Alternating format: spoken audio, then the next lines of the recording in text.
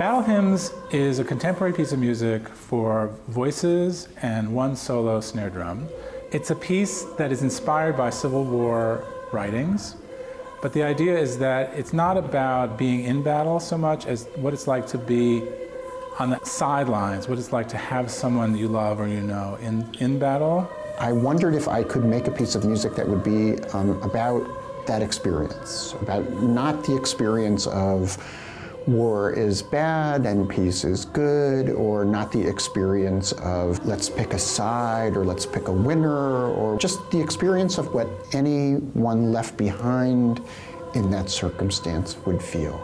Battle Hymns is a large-scale composition of texts that David Lang assembled that were from the 19th century. It's in 5 movements, and each movement is essentially a meditation on those texts. 3 of the 5 movements are based on my recomposing texts from Stephen Foster songs, because of course Stephen Foster was America's greatest musician during the Civil War.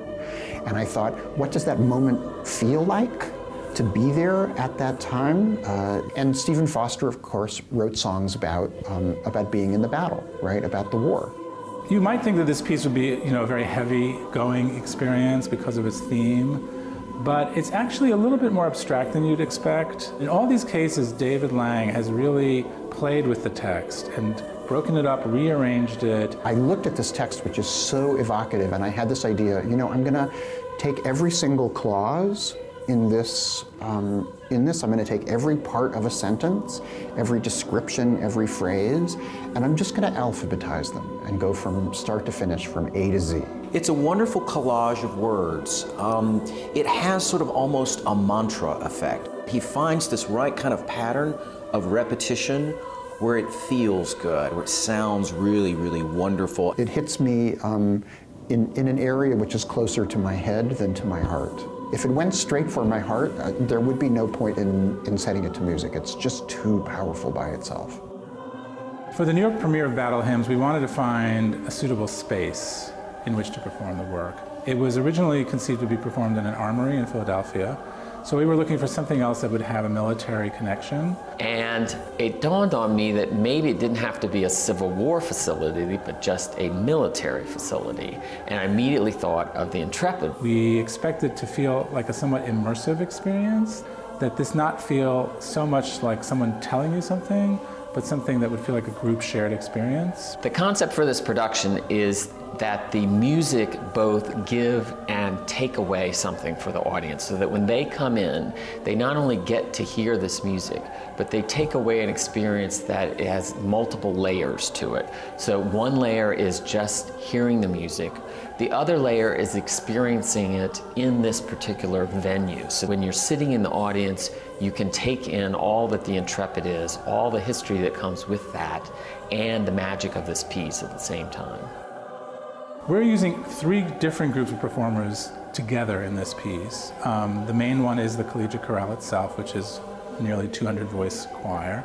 We're also including a children's chorus, the Manhattan Girls Chorus, and then we're also using a group of veterans who are interested in transitioning into some kind of work in the performing arts after their service for the country. I read an article in the New York Times that came out in November about a project by this group called the Veteran Artist Program. And I immediately thought, oh, that's really interesting. The Collegiate Chorale should hook up with them for something. So we just sat down and, what if, what could we do? And it just so happened that Battle Hymns was on the programming calendar, and it made sense. We have a lot of veterans who are singers, like myself, who are looking for opportunities like this. Our mission is to bridge that gap for veterans looking for outlets, and in this case, through the Collegiate Chorale. So it was great. It was a perfect opportunity.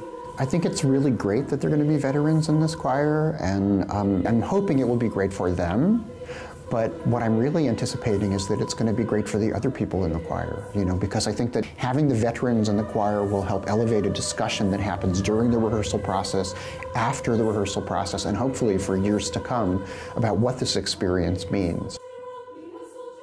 I would encourage you to come see Battle Hymns because it's a one-of-a-kind thing. You'll never see anything like that again. I think it's really unique. I mean, you have a venue that's related to the content of the piece. It's obviously an overtly military veteran-related piece. It's a large choir that, on this battleship that's supposed to have thousands of people. To me, one of the exciting things about this piece is its massiveness.